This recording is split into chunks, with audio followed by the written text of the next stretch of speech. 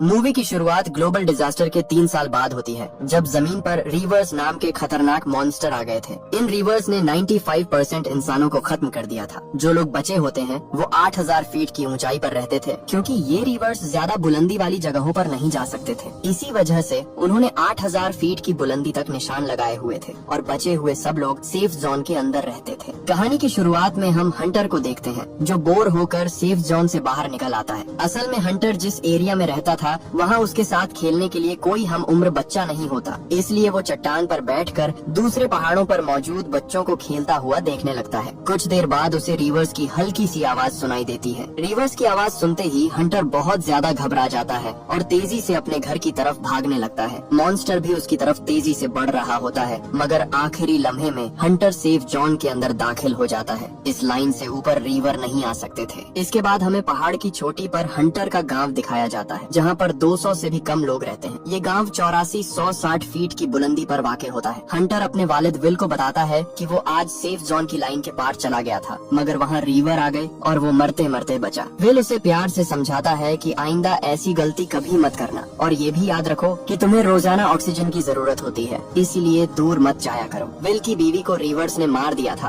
और अब वो अकेले ही हंटर का ख्याल रखता है। इसके बाद हम विल की दोस्त केटी को देखते हैं, जो जंगल में शिकार करने आए होते हैं। केटी एक ही गोली में हिरन का शिकार कर लेती है। जिंदा रहने के लिए उन्हें रोजाना शिकार करना पड़ता है, क्योंकि रीवर्स की वजह से वो किसी दूसरे शहर भी नहीं जा सकते थे। इसीलिए वो खुद फार्मिंग करते हैं और फिशिंग भी किया करते और बड़ी मुश्किल से अपनी जिंदगी गुजार रहे होते हैं। विल के सामने वाले घर में नीना रहती है, जो एक साइंटिस्ट है। वो 3 सालों से एक्सपेरिमेंट्स कर रही है ताकि रीवर्स की कमजोरी का पता चल सके और ये भी कि उन्हें गन से किस तरह मारा जा सकता है। मगर 3 साल गुजरने के बावजूद अब तक वो कुछ समझ नहीं पाई, लेकिन फिर भी उसे उम्मीद है कि एक दिन वो इन रीवर्स को हमेशा के लिए खत्म कर देगी। एक रात हंटर की तबीयत बहुत ज्यादा खराब हो जाती है, क्योंकि उसे लंग्स की बीमारी होती है और सांस लेने में मुश्किल हो रही होती है। विल फौरन उसकी ऑक्सीजन ट्यूब बदल देता है, मगर ये उनके पास आखिरी ऑक्सीजन ट्यूब होती है। अब मजीद ऑक्सीजन ट्यूब लाने के लिए उन्हें बोल्डर सिटी जाना होता है, इसलिए विल नक्शे पर एक सेफ रास्ता ढूंढने लगता है ताकि वो किसी तरह इन रिवर्स से बचकर बोल्डर सिटी पहुंच सकें। अगले दिन हंटर की सालगिरह होती है और विल उसे एक छोटा सा तोहफा देता है, जिससे हंटर बहुत ज्यादा खुश हो जाता है। उनके पास एक रेडियो भी होता है, जिस पर हंटर विल से कहता है कि हम रेडियो के जरिए किसी से कांटेक्ट करके मदद क्यों नहीं लेते। विल उसे बताता है कि रेडियो को ऑन करने के लिए उनके पास बिजली नहीं है। उसी रात फिर हंटर की तबीयत खराब हो जाती है और विल को उसे इंजेक्शन लगाना पड़ता है, मगर ऑक्सीजन ट्यूब के बगैर हंटर चंद ही दिनों में मर सकता था। इसके बाद विल नीना के छोटे से लैब में जाता है और उसे बताता है कि वो कल बोल्डर सिटी जा रहा है और इस मिशन के लिए उसकी मदद चाहिए। विल नीना को ये भी बताता है कि उसे एक रास्ते का पता चल गया है और वो माइन के रास्ते से इन रिवर्स से बच सकते हैं। नीना शुरू में साफ इनकार कर देती है, क्योंकि वो जानती थी कि रिवर्स माइन के अंदर भी आ सकते थे, मगर हंटर की ऑक्सीजन ट्यूब की वजह से वो किसी तरह जाने के लिए मान जाती है। उसी रात नीना एक ट्रैकर भी बनाती है, जिससे रिवर्स की लोकेशन का पता चल सकता था। अगली सुबह विल एक अच्छी सी गन और ढेर सारी गोलियां ले लेता है। तभी वहाँ केटी भी आ जाती है और वो भी उनके साथ जाने के लिए तैयार हो जाती है। केटी भी वहाँ से एक गन ले लेती है। विल उसे समझाता है कि इसमें तुम्हारी जान भी जा सकती है, क्योंकि बोल्डर सिटी का रास्ता बहुत ज्यादा खतरनाक है। मगर केटी कहती है कि हम कब तक इन पहाड़ों पर रहेंगे, एक न एक दिन हमें रिवर्स से लड़ना ही पड़ेगा। ये कहकर वो उनके आगे चलने लगती है। कुछ देर बाद वो 8000 फीट वाली लाइन तक पहुंच जाते हैं और वो जानते थे कि यहाँ से नीचे जाना खतरे से खाली नहीं है। नीना अपने ट्रैकर से चेक करती है तो 500 मीटर की रेंज में कोई भी मॉन्स्टर नहीं होता, जिसके बाद वो इस लाइन से नीचे जाने लगते हैं। वो एक टाउन में पहुँचते हैं, जहाँ कुछ पुरानी गाड़ियाँ खड़ी होती हैं और वो उनमें सामान ढूंढने लगते हैं।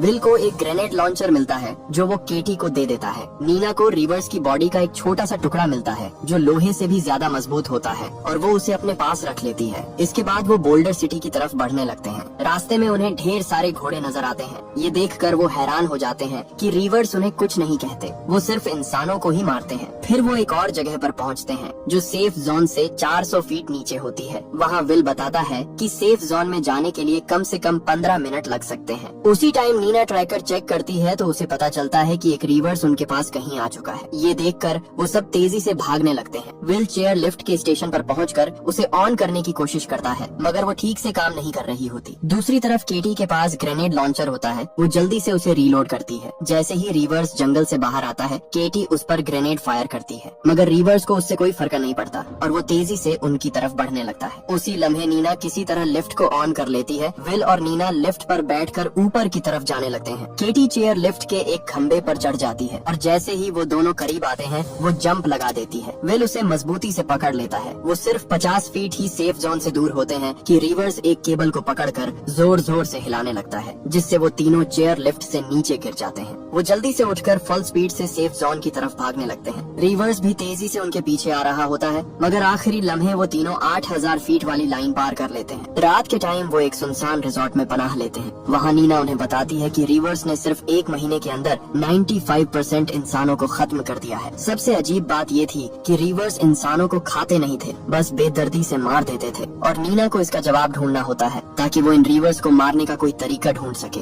अगली सुबह वो माइन की तरफ जाते हैं, क्योंकि इसके जरिए वो बोल्डर सिटी की तरफ जल्दी से जा सकते थे। विल उनको बताता है कि माइन के अंदर एक लिफ्ट है और वो उसके जरिए तेजी से निकल सकते हैं। जब वो माइन के अंदर जाते हैं तो ट्रैकर भी काम करना बंद कर देता है और उनको 200 फीट नीचे जाना होता है, यानी यहाँ पर रिवर्स भी आ सकते थे। जब वो लिफ्ट की तरफ जा रहे होते हैं तो केव का दरवाजा बंद होता है, इसलिए अब उनको बहुत ज्यादा नीचे जाना होता है और दूसरे रास्ते से निकलना होता है। जब वो नीचे जा रहे होते हैं तो केटी को हल्की सी आवाज सुनाई देती है, लेकिन अंधेरे में उन्हें कुछ भी दिखाई नहीं दे रहा होता, इसलिए वो अपनी लाइट्स पर हाथ रखते हैं तो उनको अंधेरे में रिवर की चमकती हुई आंखें नजर आती हैं और वो डर कर तेजी से भागने लगते हैं। वो रिवर्स पर ग्रेनेड भी फेंकते हैं, मगर इस बार भी कोई असर नहीं होता। वो भागकर एक छोटी सी माइन में घुस जाते हैं जहाँ पर रिवर्स नहीं आ सकता था। विल उस पर फायरिंग करता है, मगर रिवर का जिस्म इतना मजबूत होता है कि गोलियां भी बेअसर साबित होती हैं। अचानक रिवर्स अपना हाथ माइन के अंदर घुसा देता है। उसी लम्हे वो फ्लेयर गन जला देते हैं और तेज रोशनी में उन्हें एक और रास्ता नजर आ जाता है। वो इस रास्ते से आगे बढ़ते हैं, मगर केटी बहुत ज्यादा डर जाती है और वो जैसे ही एक और जगह जाने लगती है, वहाँ पर रिवर्स उसके पीछे खड़ा होता है और वो केटी को मजबूती से पकड़ लेता है। विल उसे बचाने की पूरी कोशिश करता है, लेकिन रिवर्स उसे वहाँ से लेकर चला जाता है। ये देखकर विल और नीना बहुत ज्यादा डर जाते हैं। कुछ देर बाद नीना किसी तरह ऊपर जाने का रास्ता ढूंढ लेती है और दोनों जान बचाकर माइन के दूसरी तरफ निकलने में कामयाब हो जाते हैं। नीना केटी की वजह से रोने लगती है और वो कहती है कि वो रिवर्स से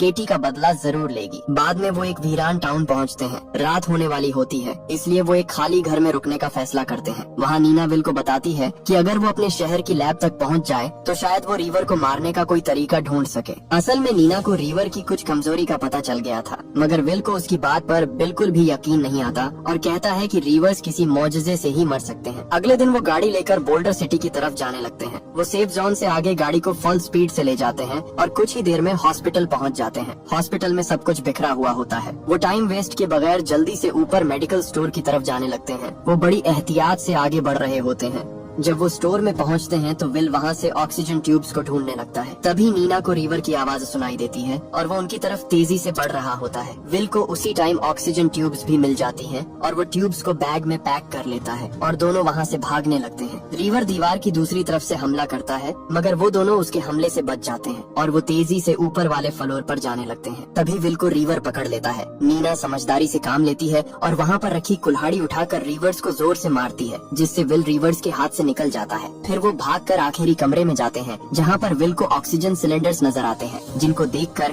विल को एक आइडिया आता है। वो खुद एक टेबल के पीछे खड़ा हो जाता है और जैसे ही रिवर उसकी तरफ आता है वो ऑक्सीजन सिलेंडर्स को गोली मार देता है, जिससे एक बहुत बड़ा धमाका होता है और वो रिवर्स खिड़की से नीचे गिर जाता है और बेहोश हो जाता है। अब वो दोनों समझ रहे होते हैं कि रिवर अब मर चुका है। फिर नीना कहती है कि मुझे मेरे ओल्ड लैब तक ले जाओ, मैं वहाँ पर रिवर को मारने का तरीका ढूंढ सकती हूँ। विल इनकार कर देता है क्योंकि उसे ऑक्सीजन ट्यूब्स को जल्द से जल्द हंटर के लिए गांव ले जाना होता है। नीना उसको समझाती है कि एक न एक दिन हमें इनसे लड़ना तो होगा, कब तक हम इन पहाड़ों की चोटी पर फंसे रहेंगे। विल उसकी बात समझ जाता है और फिर वो लैब की तरफ जाने लगते हैं। जैसे ही वो दोनों वहाँ से जाते हैं रिवर्स फिर से होश में आ जाता है। लैब भी सेफ जोन से बाहर होती है, इसलिए रिवर्स किसी भी टाइम यहाँ आ सकते थे। वो लैब के अंदर जाते हैं। नीना ने पहले से ही सब कुछ सोचा हुआ होता है। वो जल्दी से सब कुछ इकट्ठा करती है और उस केमिकल को बुलेट पर लगा देती है और जब फायर करती है तो वो भी काम नहीं करता। तब विल कहता है हमें वापस चलना चाहिए। नीना कहती है कि तुम वापस गांव चले जाओ क्योंकि हंटर को ऑक्सीजन ट्यूब्स की सख्त जरूरत है। मैं तब तक वापस नहीं जाऊंगी जब तक कोई हल न ढूंढ लूं। विल कहता है तुझे यहाँ रीवर्स मार देंगे। नीना कहती है मैं अकेली ही बची हूँ, मेरी कोई फैमिली भी नहीं है, अगर मैं मर भी गई तो किसी को कोई फर्क नहीं पड़ेगा, तुम जाकर अपने बेटे को बचाओ। विल भी उसकी बात मान जाता है और ये सुनकर विल अकेला ही गांव की तरफ गाड़ी पर फुल स्पीड से जाने लगता है। अभी विल रास्ते में ही होता है कि गाड़ी का टायर पंक्चर हो जाता है, जिसकी वजह से गाड़ी उलट जाती है और विल बेहोश हो जाता है। विल कई घंटों तक बेहोश पड़ा रहता है। दूसरी तरफ नीना भी एक्सपेरिमेंट कर रही होती है। वो बुलेट पर एक और केमिकल लगाती है, मगर जैसे ही फायर करती है फिर उसका एक्सपेरिमेंट फेल हो जाता है। तब नीना बहुत ध्यान से सोचती है और उसे एक जबरदस्त आइडिया आता है। इस लैब की तरफ मॉन्स्टर भी आ रहा होता है। नीना जल्दी से फिर काम शुरू करती है और उस केमिकल को बुलेट पर लगाती है और जब फायर करती है तो इस बार एक्सपेरिमेंट सक्सेसफुल हो जाता है। दूसरी तरफ विल को भी होश आ जाता है। जब वो गाड़ी का शीशा तोड़कर बाहर निकलता है तो देखता है कि एक रिवर्स कुछ ही फासले पर खड़ा है। वो मॉन्स्टर तेजी से विल की तरफ आने लगता है। विल जल्दी से गाड़ी से बैग निकालता है और सेफ जोन की तरफ भागने लगता है। सेफ जोन तक पहुंचने के लिए उसे 2000 फीट ऊपर जाना होता है। रिवर तेजी से उसकी तरफ बढ़ रहा होता है। तभी एक और रिवर उसके सामने भी आ जाता है। विल उस पर फायर करता है मगर रिवर पर कोई असर नहीं होता। विल समझ जाता है कि अब वो नहीं बचने वाला। विल को रिवर्स ने चारों तरफ से घेर लिया होता है। तभी नीना वहाँ पर आ जाती है और जैसे ही उसे गोली मारती है वो रिवर्स उसी वक्त फट जाता है और एक जबरदस्त धमाका होता है। नीना दूसरे रिवर्स को भी मार देती है। जब वो मरे हुए रिवर्स को देखते हैं तो उनको पता चलता है कि वो रिवर्स मशीनें होती हैं जिनमें प्रोग्रामिंग की गई होती है और वो प्रोग्रामिंग की वजह से ही सिर्फ इंसानों को मारते थे और 8000 फीट से ऊपर नहीं जा सकते थे। फिर वो अपने गांव में वापस आते हैं और इन रिवर्स के खिलाफ जंग का ऐलान करते हैं। वो एक फ्लैग भी लगा देते हैं ताकि दूसरे गाँव वाले लोग उसे देख सकें। उनके सामने वाले लोग उस फ्लैग को देख लेते हैं और वो समझ जाते हैं कि अब रिवर्स खत्म होने वाले हैं। वो सब मिलकर ढेर सारी एक खास तरह की बुलेट्स बनाते हैं और फिर इन रिवर्स को मारने निकल पड़ते हैं। वो जंगल में मौजूद सभी रिवर्स को मार देते हैं और इसी के साथ कहानी खत्म हो जाती है। अगर वीडियो अच्छी लगी हो तो वीडियो को लाइक और चैनल को सब्सक्राइब जरूर कीजिएगा।